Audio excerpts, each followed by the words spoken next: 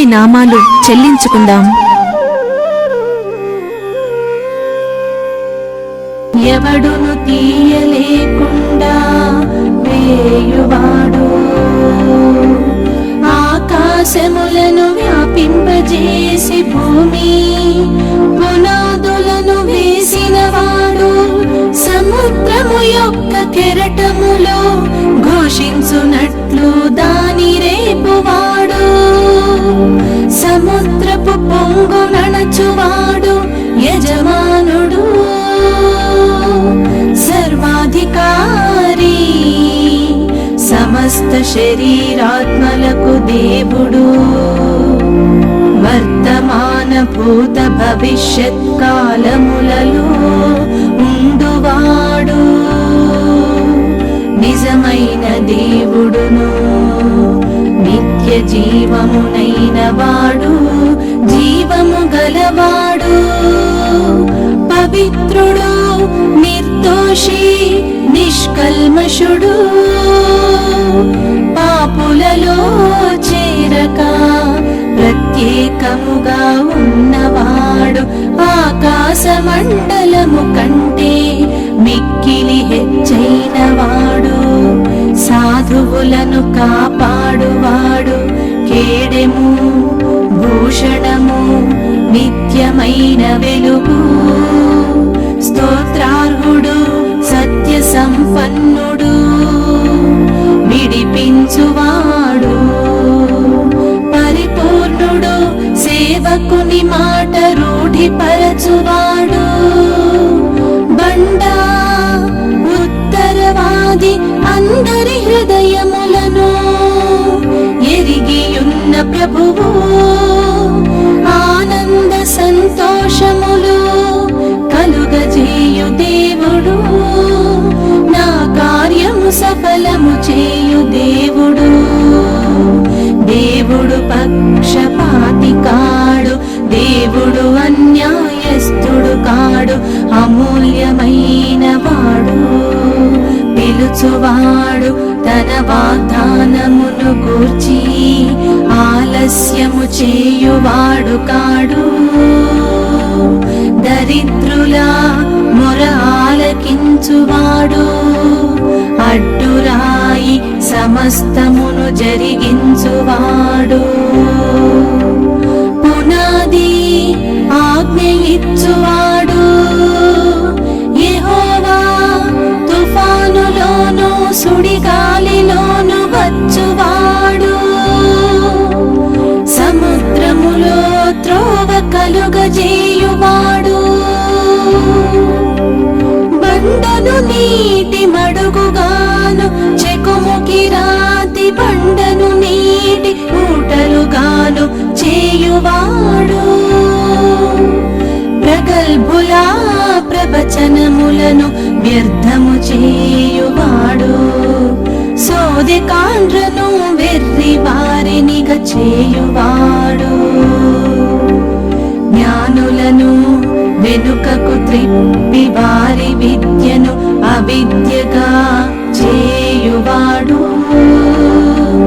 ఘనమైన మహారాజు, కంసాలి అగ్ని వంటి వాడు, చాకలి వాని సబ్బు వంటి వాడు, మీరు వెదకుచున్న ప్రభువు సొమ్మసిల్లిన వారికి బలమిచ్చువాడు, శక్తిహీనులకు బలాభివృద్ధి కలుగజేయువాడు, ఆయన సజీవులకి దేవుడు కానీ మృతులకు దేవుడు కాడు, రహస్యమందు చూచుచున్న నీ తండ్రి దర్శించువాడు, తనకిష్టమైనదంతయు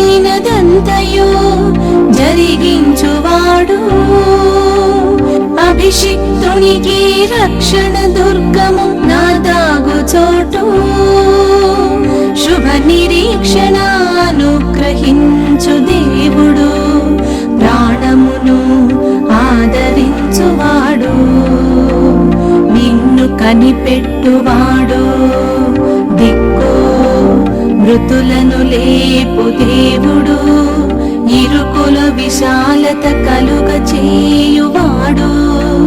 కనికరము చూపు తండ్రి, నా స్వాస్థ్యము నీవే.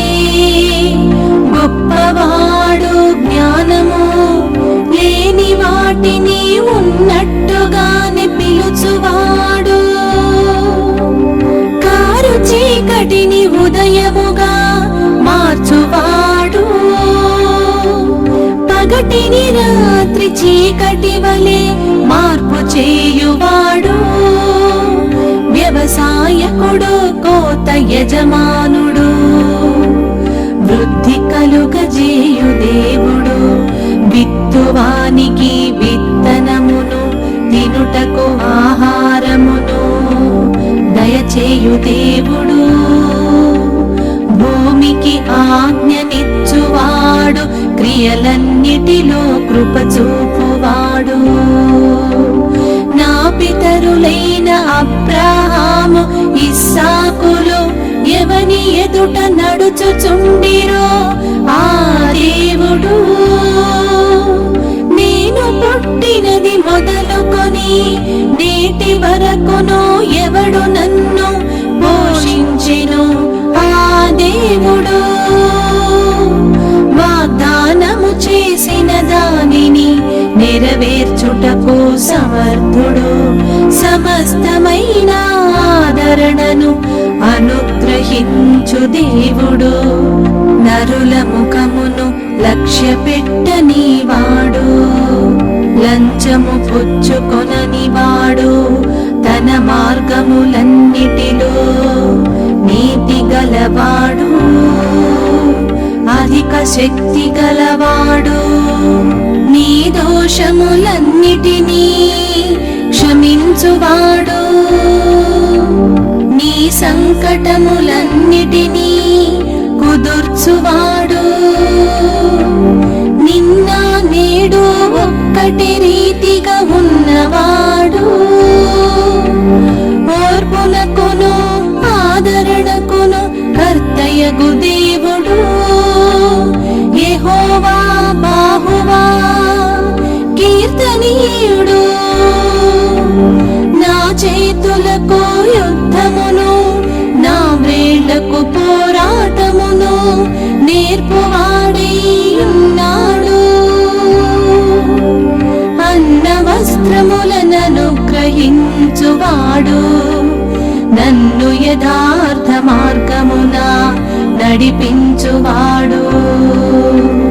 నిన్ను పంపినవాడు, కుమ్మరి పరిశుద్ధాలయము, నా దీపము వెలిగించువాడు. మాటలాడిన యెహోవా నన్ను చూచినవాడు, బలము ధరింపజేయువాడు. శిల్పి నిర్మాణకుడు, సహవాసమునకు మిమ్మును పిలిచిన దేవుడు. స్థిరపరచుటకు శక్తిమంతుడు, కృపాక్షమాపణలు గల దేవుడు. మన కొరకు విజ్ఞాపనము చేయువాడు, మనకు జయము అనుగ్రహించుచున్న దేవుడు. సమస్త దేవతల కంటెను ఆయన పూజనీయుడు, సమస్తమునకు ఆధారభూతుడు. యేసుక్రీస్తు, నజరేయుడైన యేసుక్రీస్తు, మనుష్య కుమారుడు, దేవుని కుమారుడు, దావీదు కుమారుడు, మెస్సియా, రబ్బీ, పరలోకము నుండి దిగి వచ్చినవాడు. మరణ ద్వారమున ప్రవేశించకుండా నన్ను ఉద్ధరించువాడు. ఆశ్చర్యకరుడు, ఆలోచనకర్త, బలవంతుడైన దేవుడు, నిత్యుడగు తండ్రి, సమాధానకర్త, అధిపతి.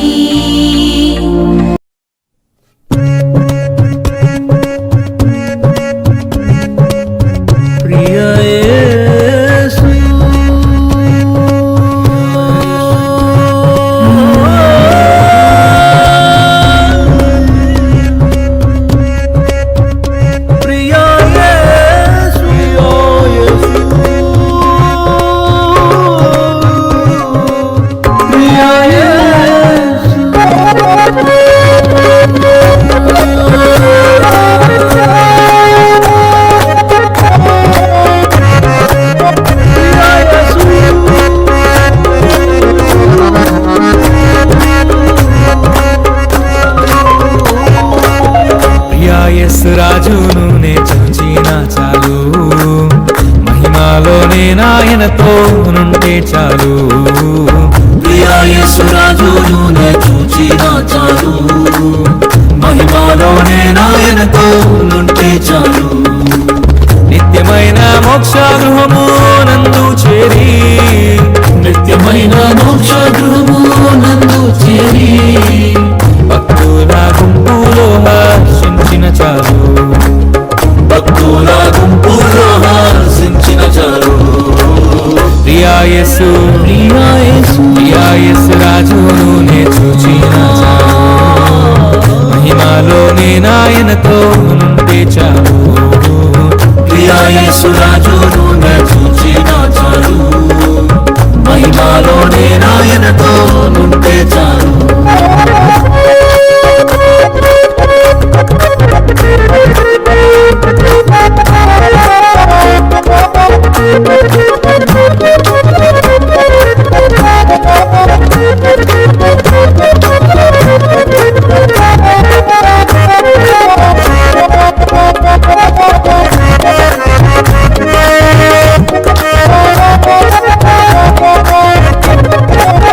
యేసుని రక్తమందు కడుగబడి, వాక్యం చే నిత్యం భద్రపరచబడి, యేసుని రక్తమందు కడుగబడి, వాక్యం చే నిత్యం భద్రపరచబడి, నిష్కలంక పరిశుద్ధులతో పేదన్ నేను, నిష్కలంక పరిశుద్ధులతో పేదన్ నేను, బంగారు వీధులలో తిరిగేదను, బంగారు వీధులలో తిరిగేదను.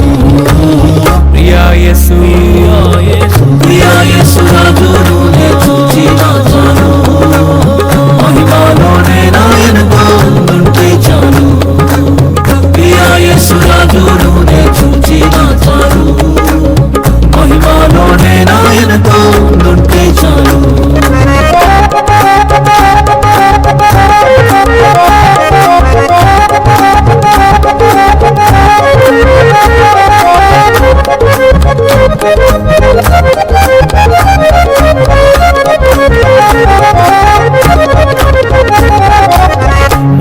ముకుటంబైన తలను చూచి, స్వర్ణ కిరీటం పెట్టి ఆనందింతు. ముకుటంబైన తలను చూచి, స్వర్ణ కిరీటం పెట్టి ఆనందింతు. కొరడాతో కొట్టబడిన వీపును చూచి, కొరడాతో కొట్టబడిన వీపును చూచి, ప్రతి ఒక్క గాయమును మృతాడేదన్, ప్రతి ఒక్క గాయమును మృతాడేదన్. ప్రియా యేసు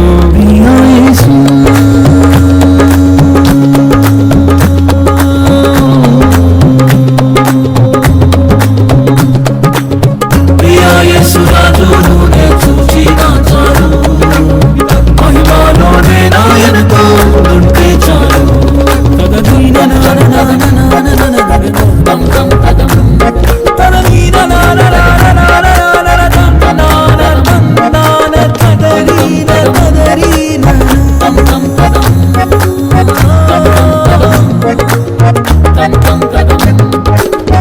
ఆహా ఆ బూరా ఎప్పుడు మోగుతుందో, ఆహా నా ఆశ ఎప్పుడు తీరుతుందో, ఆహా బూరా ఎప్పుడు మోగుతుందో, ఆహా నా ఆశ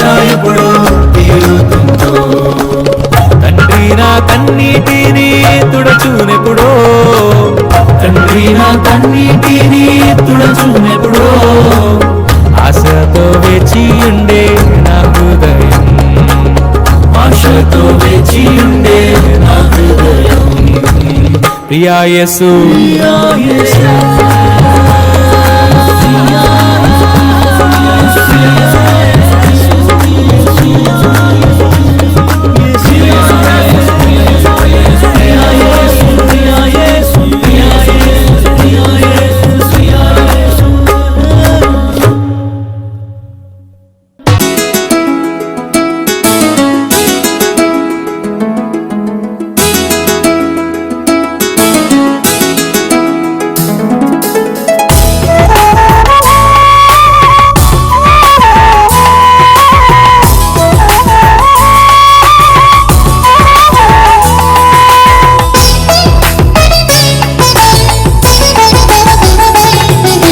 కృషి చేత కాదయ్యా, ఏదైనా నీ కృప మాత్రమేనయ్యా.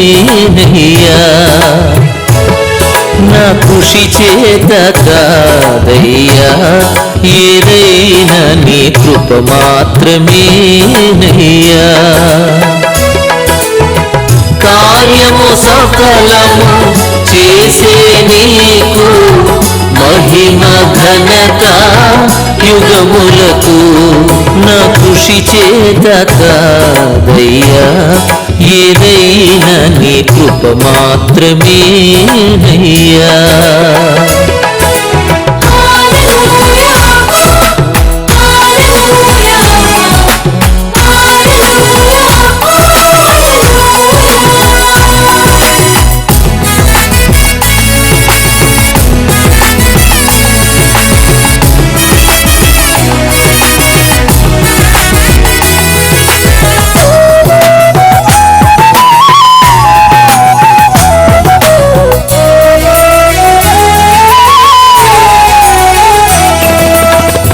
నీవు కటాక్షము చూపకపోయినా జీవముతో ఇలా బ్రతుకుట సాధ్యమా?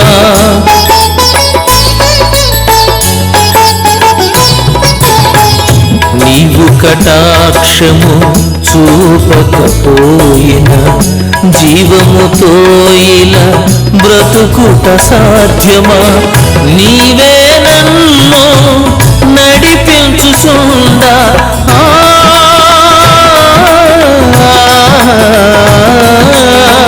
నీవే నన్ను నడిపించుచుండా, నీ ఫలించెద పడిపోకుండా, నీ ఫలించెద పడిపోకుండా. కార్యము సఫలము చేసే నీకు మహిమ ఘనత యుగములకు. నా కృషి చేత కాదయ్యా, ఏదైనా నీ కృప మాత్రమేనయ్యా.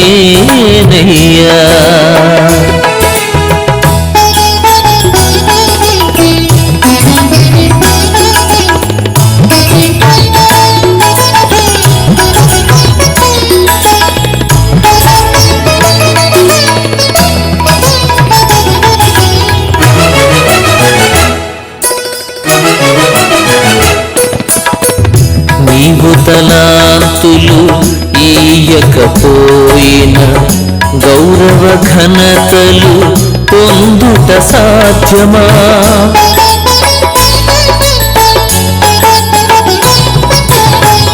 నీవు తలాంతులు ఈయకపోయినా గౌరవ ఘనతలు పొందుట సాధ్యమా? నీవే నన్ను హెచ్చించుచుండా,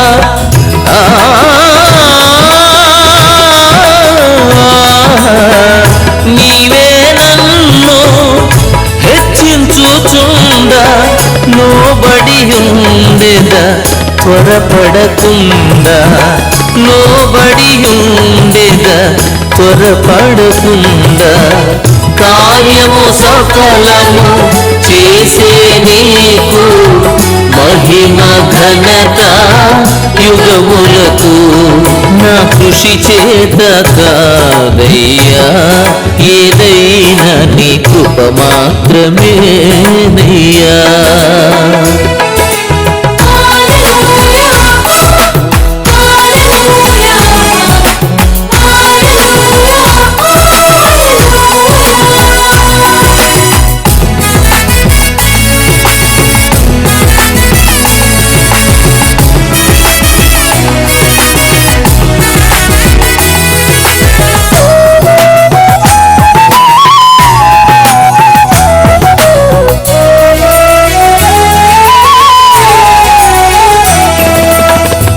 నీవు సహాయము చేయకపోయిన సుఖ సంతోషము కలుగుట సాధ్యమా?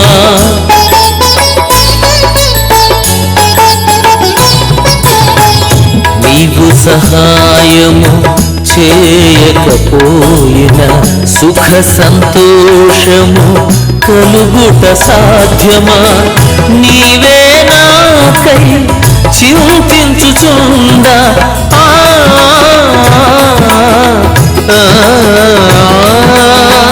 నీవే నాకై చింతించుచుండా నేనిదురుంచెదా భయపడకుండా, నేనిదురుంచెదా భయపడకుండా, కార్యము సఫలము చేసే నీకు మహిమ ఘనత యుగములకు నా కృషి చేత కాదయ్యా, ఏదైనా నీ కృప మాత్రమేనయ్యా.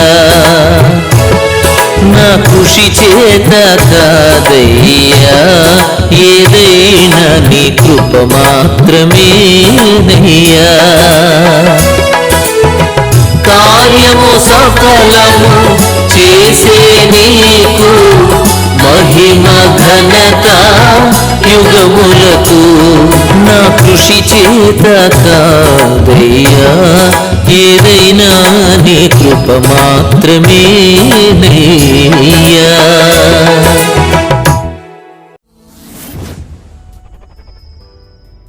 ప్రభువైన యేసుక్రీస్తు నామంలో మీ అందరికీ వందనాలు, శుభాలు తెలియపరుస్తున్నాను.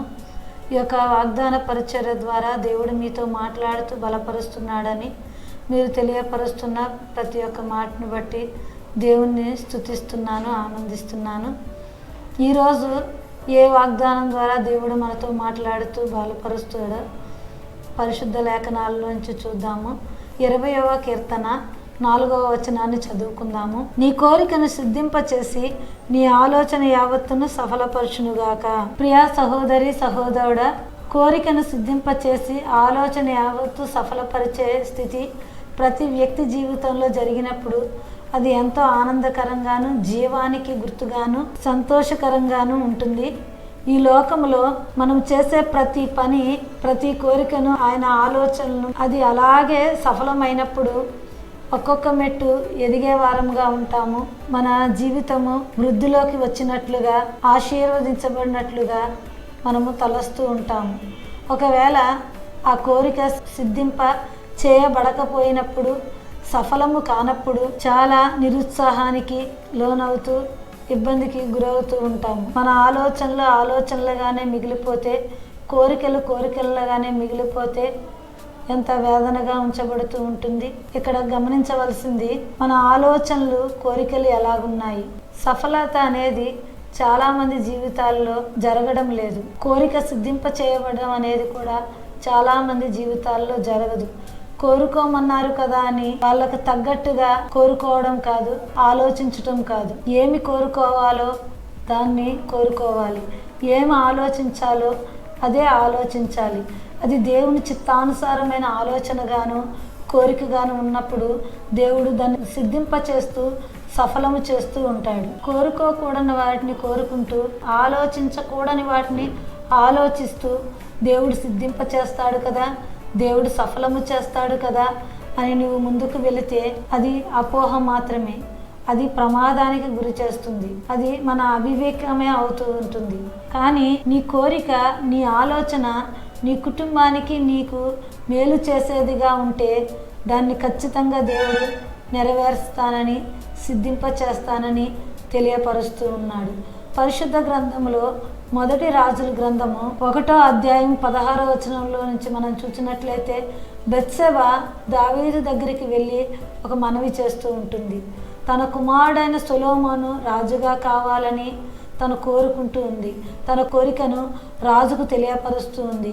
అప్పటికే దావీదు కుమారుడైన అదోనియా అనే వ్యక్తి తను రాజుగా అయినట్లుగా తెలియపరుస్తూ ఉంటాడు. తను రాజుగా కావాలని కోరుకోవడమే కాదు, నేనే రాజుని, నేనే పట్టాభిషేకానికి అర్హుడిని అన్నట్లుగా తను చేస్తున్న ప్రకటనలు చూసినప్పుడు దాని విషయముగా మరి బెత్షెబ తన కుమారుడైన సొలొమోను గురించి దావీదుతో మనవి చేయడానికి, తన కోరికను తెలియపరచడానికి, విన్నవించడానికి మరి రాజు సమ్ముఖానికి వెళ్ళి తెలియపరుస్తూ ఉంటుంది. ఆ క్లిష్ట సమయంలో, ఆ ఇబ్బంది సమయంలో దావీదు తన యొక్క కుమారుడైన సొలొమోన్నే రాజుగా చేయడానికి, పట్టాభిషేకం చేయడానికి అక్కడ తెలియపరుస్తూ ఉంటాడు. దావీదు బెత్షెబ యొక్క కోరికను తీర్చాడు. తన కోరిక సిద్ధింప చేయడానికి, అమలు చేయడానికి తన సముఖంగానే ఉండి దావీదు దగ్గరికి వెళ్ళి మనవి చేసినప్పుడు అక్కడ ఖచ్చితమైన కార్యమును జరిగినట్లుగా మనము చూడగలుగుతూ ఉంటాము. ప్రియ సహోదరి, సహోదరుడా, నీ పిల్లల విషయంలో కావచ్చు, వారి యొక్క చదువుల విషయంలో కావచ్చు, వారి యొక్క వివాహాల విషయంలో కావచ్చు, ఆరోగ్య విషయంలో కావచ్చు, తల్లిదండ్రుల విషయంలో, వారి యొక్క ఆరోగ్య విషయంలో కావచ్చు, బిడ్డలుగా కోరుకుంటున్నవారు అయితే మరి దేవుడు తెలియపరుస్తున్నాడు, నీ కోరిక నీ కుటుంబానికి నీకు క్షేమం కలిగించేది, మంచిని చేసేది, సంతోషాన్ని కలిగించేది, దేవునికి మహిమకరముగా ఉండేది అయి ఉంటే, ఆ ఆలోచన అటు రీతిగా ఉంటే ఖచ్చితంగా దేవుడు సిద్ధింప చేస్తాడు, కోరికను సఫలము చేస్తూ ఉంటాడు. అటు రీతిగా సఫలము చేస్తాడని దేవుడు మాట్లాడుతూ ఉన్నాడు. ఈ వచనమును మీ హృదయంలో ఉంచుకోండి. మీ హృదయంలో ఉంచుకుని దీన్ని ఖచ్చితంగా దేవుడు మా జీవితంలో కూడా నెరవేరుస్తాడు అని నమ్మినప్పుడు దేవుడు ఖచ్చితంగా కార్యం జరిగిస్తాడు. ఇట్టి కృపను దేవుడు మీకు నాకు అనుగ్రహించునుగాక. ఆమేన్. ప్రార్థన చేసుకుందాము. మహాపరిశుద్ధుడవైన మా తండ్రి, నీకు వందనాలు ప్రభువా. నీవు మా కోరికను సిద్ధింప చేసేవాడవు, మా ఆలోచన యావత్తును సఫలపరుస్తానని తెలియపరుస్తున్నావు. అయితే ఆ యొక్క కోరిక, ఆలోచన అయ్యా నీకు తగినందుగా, నీకు మహిమకరముగా ఉంటూ మా కుటుంబాల్లో కూడా కుటుంబం అంతా నాయన సంతోషించి ఆనందించి అయ్యా నీ నామమును వెల్లడిపరిచేదిగా ఉన్నప్పుడు బెత్షెబ యొక్క కోరిక ఎలా అయితే దావీదు తీర్చడానికి నీ కృపను అనుగ్రహించావో అలాగే మా జీవితాల్లో కూడా కోరికను కూడా తీర్చి వాగ్దానమును నెరవేరుస్తూ నీ గొప్ప కార్యాలు జరిగించమని యేసుక్రీస్తు నామంలో అడుగుతున్నాను పరమ తండ్రి. ఆమేన్.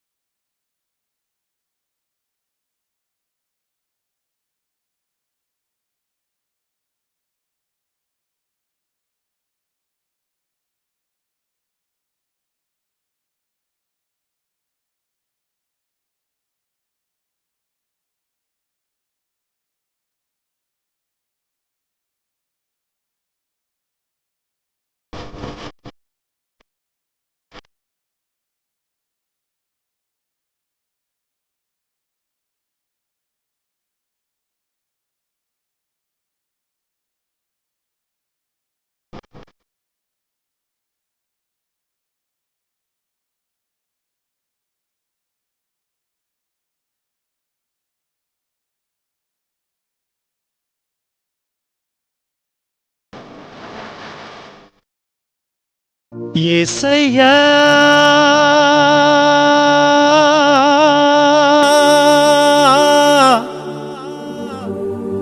నీ కృప నాకు చాలయ్యా, నీ కృప లేనిదే నే బ్రతుకలేనయా.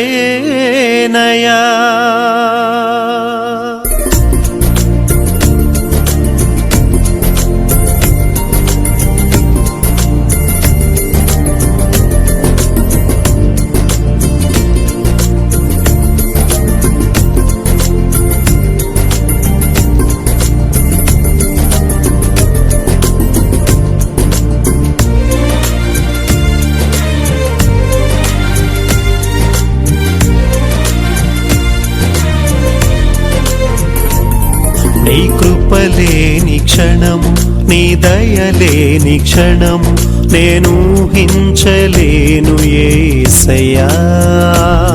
నీ కృపలేని క్షణము, నీ దయలేని క్షణము నేను ఊహించలేను యేసయ్యా. యేసయ్యా నీ కృప నాకు చాలయ్యా, నీ కృప లేనిదే నేనుండలేనయా. యేసయ్యా నీ కృప నాకు చాలయ్యా, నీ కృప లేనిదే నేనుండలేనయా. నీ కృప లేని క్షణము, నీ దయలేని క్షణము నేను ఊహించలేను యేసయ్యా.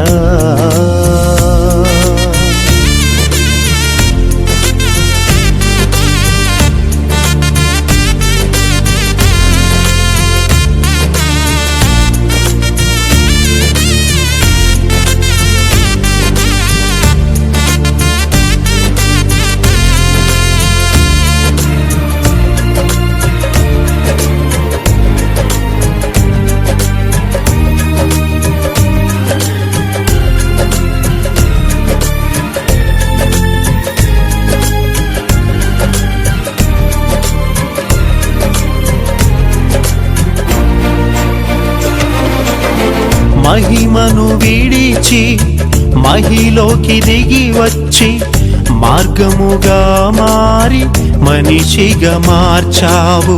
మదినే నీవు మాధుర్యముగా మార్చి మాదిరి చూపి మరు రూపమిచ్చావు.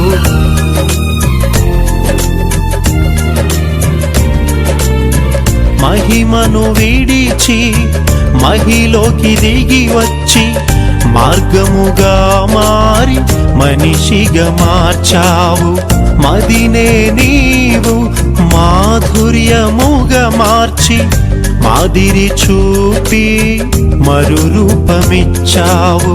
మహిమలో నేను మహిమతో నుండా మహిమగా మార్చింది నీ కృపా. మహిమలో నేను మహిమతో నుండా మహిమగా మార్చింది నీ కృప. యేసయ్యా నీ కృప నాకు చాలయ్యా, నీ కృప లేనిదే నేనుండలేనయా. యేసయ్యా నీ కృప నాకు చాలయ్యా, నీ కృప లేనిదే నేనుండలేనయా. నీ కృప లేని క్షణము, నీ దయలేని క్షణము నేను ఊహించలేను యేసయ్యా.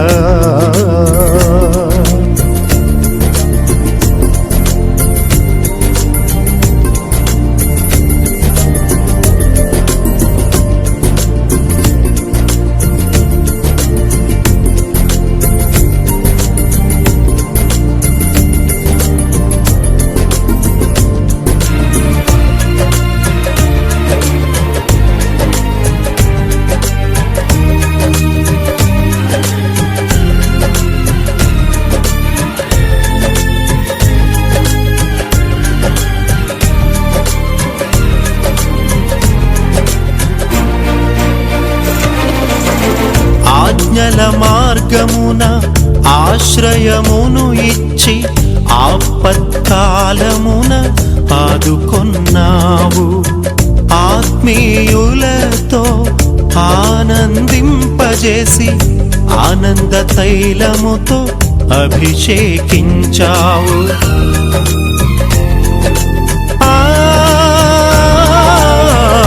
ఆజ్ఞల మార్గమున ఆశ్రయమును ఇచ్చి ఆపత్కాలమున ఆదుకొన్నావు.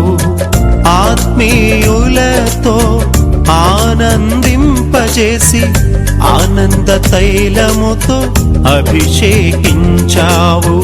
ఆశ తీరా ఆరాధన చేసే అదృష్టమిచ్చింది నీ కృపా. ఆశ తీరా ఆరాధన చేసే అదృష్టమిచ్చింది నీ కృప. యేసయ్యా నీ కృప నాకు చాలయ్యా, నీ కృప లేనిదే నేనుండలేనయ్యా. యేసయ్యా నీ కృప నాకు చాలయ్యా, నీ కృప లేనిదే నేనుండలేనయ్యా.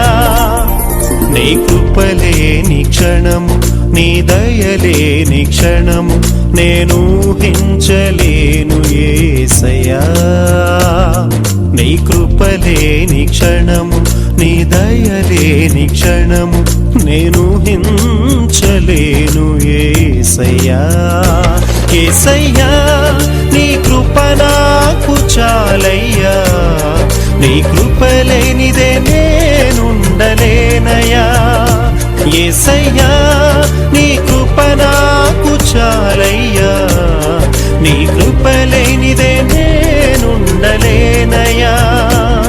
నీ కృప లేనిదే నేనుండలేనయ్యా. నీ కృప లేనిదే నే బ్రతుకలేనయ్యా.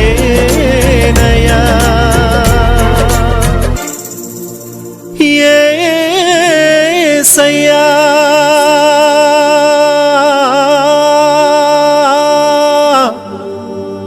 నీ కృప మాకు చాలయ్యా, నీ కృప లేనిదే నే బ్రతుకలేనయ్యా. ప్రభువైన యేసుక్రీస్తు నామంలో మీకు అందరికి శుభాలు.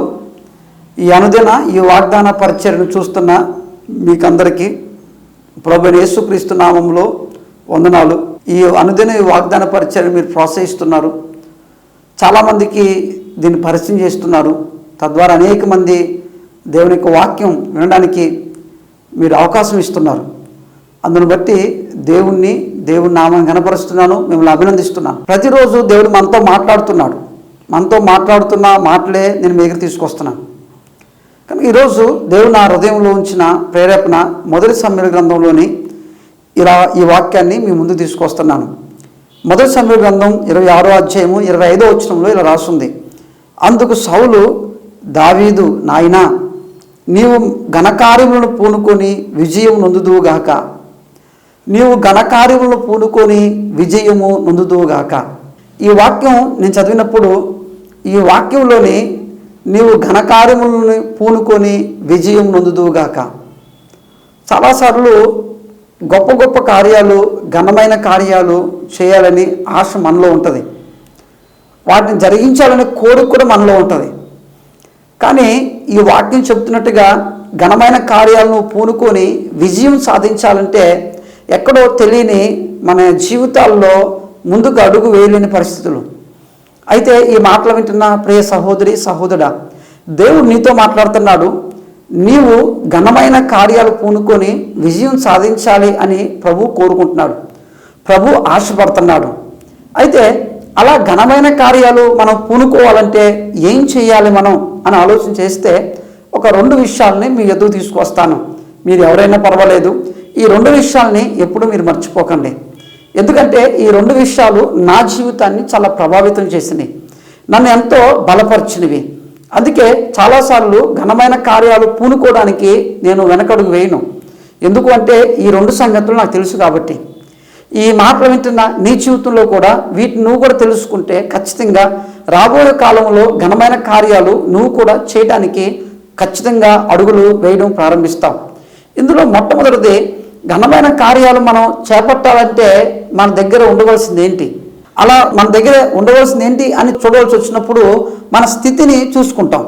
అంటే నేను పేదవాడినా, నేను ధనికున్నా, నేను గొప్ప చదువు చదివిన వాడినా, చదువు లేని వాడినా, అసలు గొప్ప కార్యాలు చేపట్టడానికి నా స్థితి ఏంటో నేను ఒకవేళ చూస్తే, అలా చూసిన నా స్థితిని బట్టి ఎప్పటికీ నేను గొప్ప కార్యాలు చేపట్టలేను.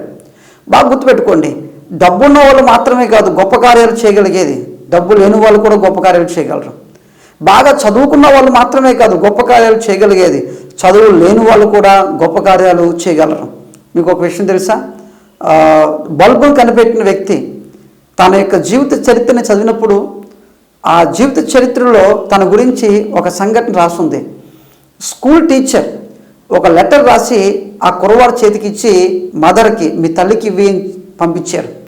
ఆ కుర్రవాడు ఆ లెటర్ తీసుకొని తల్లి దగ్గరికి వచ్చి, మమ్మీ ఈ లెటర్ స్కూల్ టీచర్ నీకు ఇవ్వమంది అని చెప్తే ఆ లెటర్ చదివి కన్నీళ్లు పెట్టుకుంది. అప్పుడు ఆ కుర్రవాడు ఆ తల్లి యొక్క కన్నీరు చూసి, మమ్మీ ఎందుకు ఏడుస్తున్నావు నువ్వు అని అడిగినప్పుడు ఆ తల్లి చెప్పింది, బాబు నువ్వు ఆ స్కూల్లో చదవడానికి పర్మిషన్ లేదిక నిన్ను వేరే స్కూల్లో జాయిన్ చేయమన్నారు అని చెప్పింది.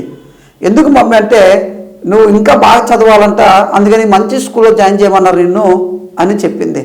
వాస్తవానికి ఆ లెటర్లో ఏముందంటే, మీ కుర్రవాడు దేనికి పనికిరాడు, మీ కుర్రవాడు దేనికి ఉపయోగపడ్డు, మీ కుర్రవాడికి చదువు చెప్పలేము అని ఆ లెటర్లో ఆ కుర్రవాడి యొక్క చదువు రాని స్థితిని బట్టి, ఆ కుర్రవాడికి జ్ఞాపక శక్తి లేని పరిస్థితిని, వీటన్నిటిని వివరించడం నిజంగా తల్లి హృదయానికి కొంత బాధే, కొంత వేదనే. ఒకవేళ ఆ తల్లి అనుకుంటుంది, ఈ చదువు రాని ఈ కుర్రవాడు, జ్ఞాపక శక్తి లేని ఈ కుర్రవాడు పైన భవిష్యత్తు, ఒకవేళ తన తర్వాత భవిష్యత్తులో ఏం సాధించగలడు, ఎలాంటి భవిష్యత్తు తన జీవితానికి ఉంటుంది అని ఒక తల్లిగా తన యొక్క జీవితంలో ఆ బిడ్డను బట్టి కొంత కలవరపాటుకి, కొంత వేదనకి లోనై ఉండొచ్చు. అయితే ఆ కుర్రవాడు పెద్ద ఎదిగిన తర్వాత ఒక సైంటిస్ట్ అయ్యాడు, ఈ బల్బును కనిపెట్టగలిగాడు. ఒకప్పుడు ఎందుకు పనికిరాని ఒక కుర్రవాడు, చదువుకి అక్కడికి రాని ఒక కుర్రవాడు, స్కూల్ టీచర్ చేత పంపించి వేయబడ్డ ఒక కుర్రవాడు, ఒక స్కూలే రిజెక్ట్ చేసిన ఒక కుర్రవాడు ఒక గొప్ప కార్యాన్ని జరిగించలేదా, ఒక గొప్ప కార్యాన్ని చేపట్టలేదా? ఒకవేళ అలాంటి పరిస్థితి నీ జీవితంలో కూడా ఉంటే, ఇప్పుడు నీకున్న ఈ పరిస్థితిని బట్టి, నీకున్న స్థితిని బట్టి ఒకవేళ గొప్ప కార్యాలు చేయడానికి, ఘనమైన కార్యాలు చేయడానికి నీకు అంత శక్తి, నీకంత జ్ఞానం, నీకంత జ్ఞాపశక్తి, నీకంత స్తోమత లేదు అని ఒకవేళ నీ దిగులు పడుతుంటే, దేవుడు నీతో మాట్లాడుతున్నాడు. ఒక విషయం చెప్పనా, చదువు ఉన్నవాళ్ళు కూడా, జ్ఞానం ఉన్నవాళ్ళు కూడా, డబ్బులు ఉన్నవాళ్ళు కూడా గొప్ప కార్యాలు చేయలేరు, వారి వల్ల కాదు. ఒకవేళ డబ్బు ఉన్న వాళ్ళందరూ గొప్ప కార్యాలు చేస్తారు అనుకుంటే, ఈ సమాజంలోని ఎంతమందికి డబ్బు లేదు, ఎంతమందికి చదువు లేదు, కానీ చదువు ఉన్న వాళ్ళందరూ గొప్ప కార్యాలు ఏం చేయట్లేదు, డబ్బు ఉన్న వాళ్ళు కూడా గొప్ప కార్యాలు ఏం చేయట్లేదు. అనగా గొప్ప కార్యాలు చేయడానికి నీ స్థితిని చూసుకోవద్దు ప్రియా సహోదరి సహోదరుడా. అందుకే బైబిల్ గ్రంథంలోని మోషేను దేవుడు దర్శించినప్పుడు, నా ప్రజలైన ఇజ్రాయేలును నువ్వు విమోచించాలి, రాజు యొక్క చేతిలో నుంచి, ఒక అధిపతి యొక్క చేతిలో నుంచి, ఒక రాజ్యం యొక్క చేతిలో నుంచి నువ్వు విడిపించాలి అన్నప్పుడు మోషే అన్నాడు, నేను నత్తివాడిని, నేను మాట నేర్పు లేని వాడిని, మాంద్యం కలిగిన వాడిని, నా వలన ఏమవుతుంది అని చెప్పినప్పుడు దేవుడు చెప్పాడు, నీ నత్తి, నీ యొక్క నోటి మాంద్యము నా కార్యాలకి అడ్డు కాదు, నేను నీ చేత గొప్ప కార్యాలు జరిగిస్తాను, నీ చేత ఘనమైన కార్యాలు జరిగిస్తాను, మోషే నువ్వు వచ్చేయి. దేవుడు మోషేలో ఏ గొప్పతనం చూసిరని, దేవుడు మోషేలో ఏ ఆధిక్యతను చూసిరని. ఒకవేళ ఈరోజు నువ్వు కూడా ఇలాంటి పరిస్థితుల్లో ఉంటే దేవుడు నీతో మాట్లాడుతున్నాడు. ఆయన నిన్ను దర్శించే సమయం ఆసన్నమైంది, దేవుడు నీ కుటుంబమును దర్శించే సమయం ఆసన్నమైంది.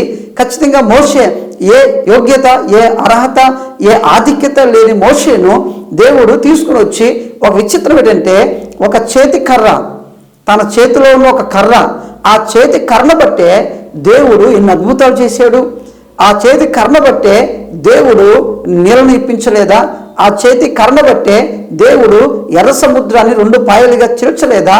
ఒకవేళ మోషే ఎప్పుడైనా తన చేతిలో ఉన్న కర్ర ఇన్ని గొప్ప కార్యాలు చేస్తుంది అనుకున్నారా? ఒక జీవము లేని కర్రే, ఒక మాటలు లేని కర్రే, ఒక శక్తి లేని కర్రే దేవుడు ఒక ఘనమైన కార్యాలు, అద్భుతమైన కార్యాలు చేయడానికి ఉపయోగించుకున్నప్పుడు మరి ఈరోజు ప్రభువులో ఉన్న నిన్ను, నీ కుటుంబం విషయంలో దేవుడు ఎందుకు ఘనమైన కార్యాల కొరకు సిద్ధపరచడు? ఖచ్చితంగా సిద్ధపరుస్తాడు. అయితే అలా సిద్ధపరచగలిగే ఆ ప్రభు వైపును చూడు, ఆయన తట్టును చూడు, ఖచ్చితంగా గొప్ప కార్యాలు నువ్వు చూడగలుగుతావు.